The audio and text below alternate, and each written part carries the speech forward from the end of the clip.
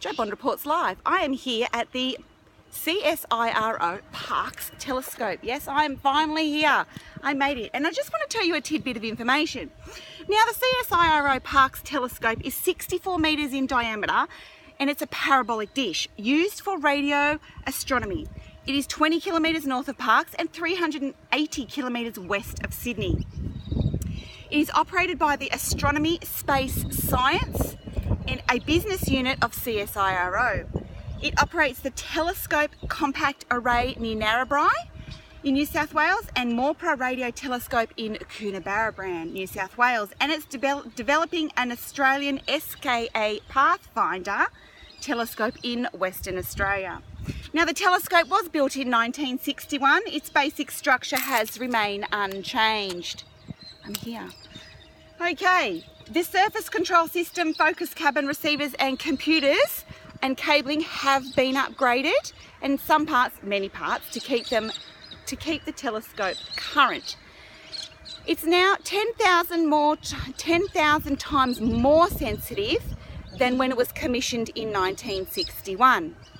NASA copied the telescope's design for satellite tracking dishes of its deep space network.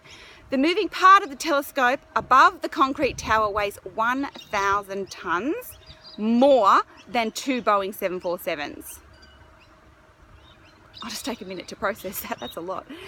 The telescope can be pointed with an accuracy of better than 11 arcoseconds, about the width of a finger seen 150 metres away. The telescope receives signals from space but never sends them, and it can handle radio waves between 7 millimetres to 4 metres long.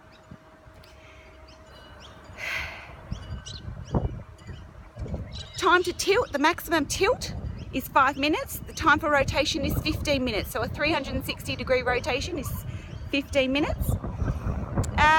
The telescope does work during the day and the night through rain and cloud, and about 85% of all of the year is scheduled for observing. Man, I've got to come back here. Less than 5% of that is lost for the winds and equipment issues. Most of the rest of the time each year is used for maintenance and testing. The moving part of the dish is not fixed to the top of the tower, but it sits on it. Because the large surface catches the wind and like a sail, the telescope must be stowed, pointed directly up when the wind exceeds 35 kilometres an hour.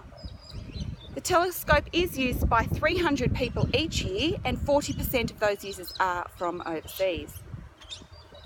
Man, it's too early in the morning. Here I am.